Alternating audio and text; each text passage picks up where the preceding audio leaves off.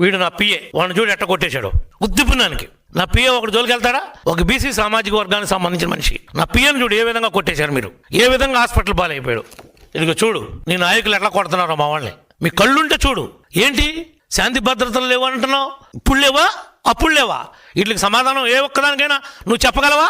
ఇప్పుడు రిజైన్ చేసేస్తా నువ్వు ఆన్సర్ చేస్తే. ఇప్పుడే చేస్తా, దా చూసుకుందాం ప్రజాక్షేత్రంలో. స్థానిక సంస్థలు అన్నావు ఎందుకు? ఇప్పుడే చేస్తా. మీ దొమ్మేంటో నా దొమ్మేంటో దేనిలో తెలుసుకుందాం. ఇదిగో చూడు మీ వాళ్ళు బద్దలు కొట్టినటువంటి ఆస్తులు, కార్లు, జీపులు ఏ విధంగా ఇప్పుడు కూడా పోలీస్ స్టేషన్లో ఉన్నాయి. వీటికి సమాధానం చెప్పు నువ్వు. వాడికి ఏమీ తెలియదు, వాడు ఏమీ చేయలేదు అంటున్నావు.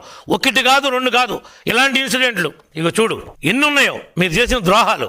ఇవన్నీ అధికారాన్ని అడ్డం పెట్టుకుని చెలరేగిపోయి అన్యాక్రాంతంగా చేసినటువంటి పనులు కదా.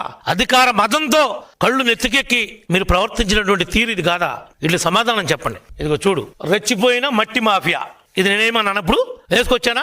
ఇదిగో ప్రజాశక్తి కమ్యూనిస్ట్ వాళ్ళు రాసింది, మేము రాసాం. ఇది చూడు ఏం రాశారో.